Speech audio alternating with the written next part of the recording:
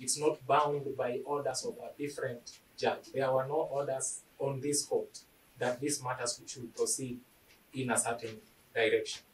So that is a lie, my lady. We didn't have any such order. The court simply said, let the matter be placed before this court for these processes to take place. My lady, I wish to respond to another issue that a plea can simply take off, because even if one suspect is not present, the others can proceed. Yes, we do concede that can happen, but it also depends on the nature of the case.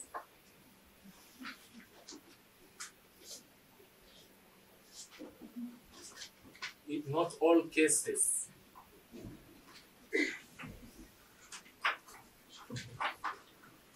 can proceed in the manner in which counsel is suggesting.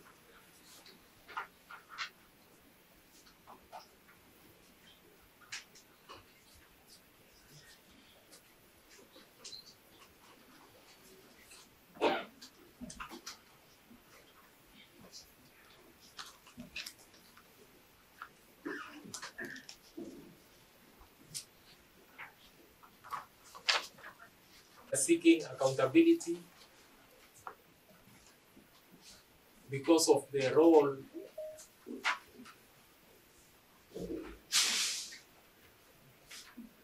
each suspect played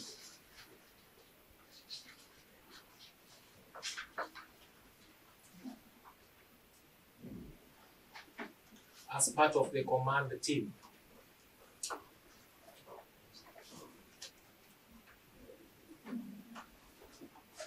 The responsibility is based on the Rome Statute principle of command responsibility.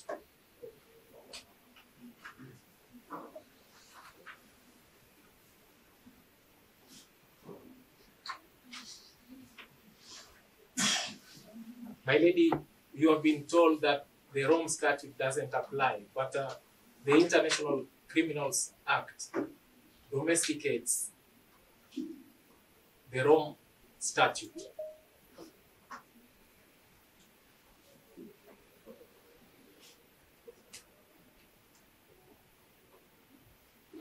And Section 4 clearly states the procedure to be followed. Section 4 of the International Crimes Act. Okay.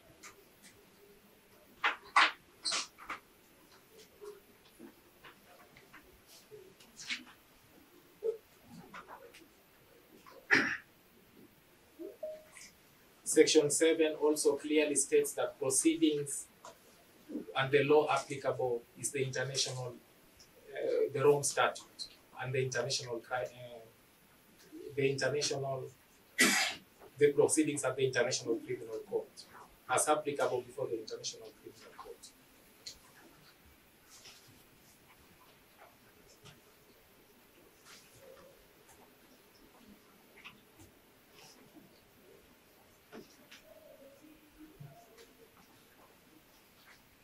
Finally, Your Lordship, you are informed that we have admitted that the suspect cannot be found. We did not make any such admission.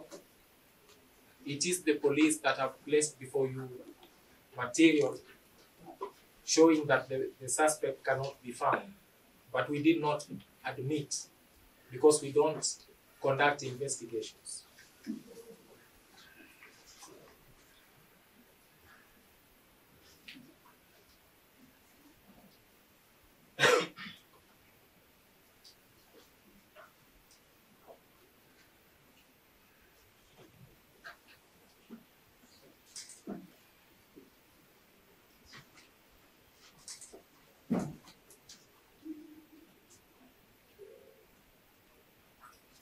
And that's why we say that we support the application for international cooperation to seek assistance from an international state party. None of the counsel for the victims has indicated whether they support that or not.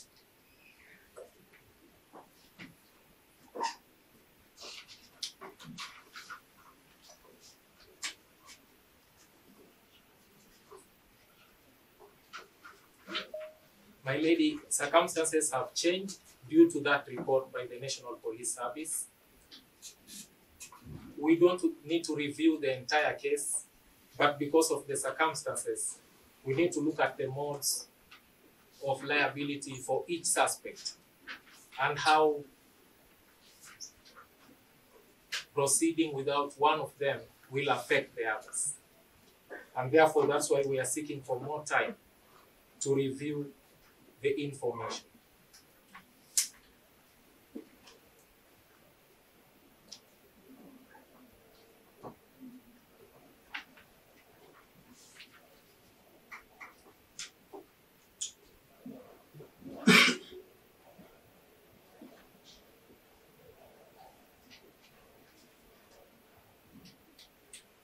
We all agree that victims need justice, but justice is not paid at the conviction of an accused person.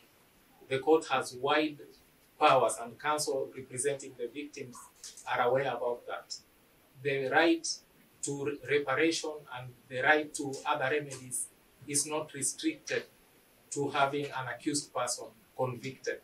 And therefore, proceeding on the premise that the delay of a criminal case will prejudice the right of the victim to justice, my lady, that is not the correct position.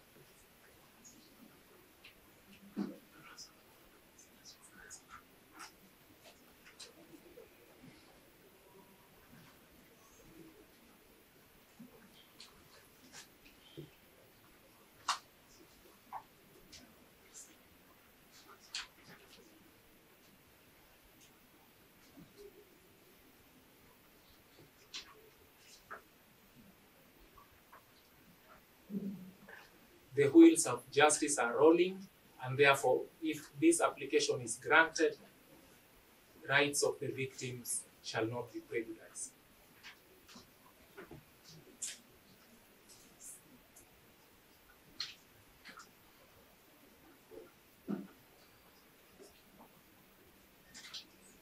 We will humbly be praying that we be given more time.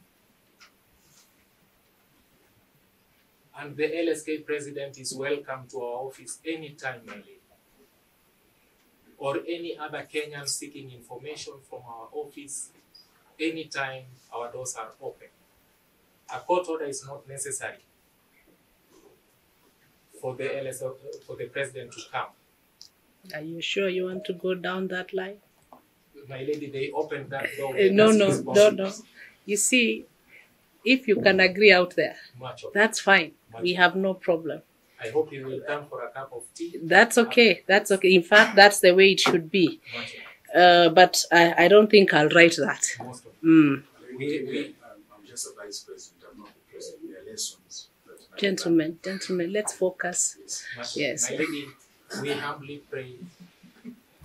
Under Article 157, we act in the interest of the Republic.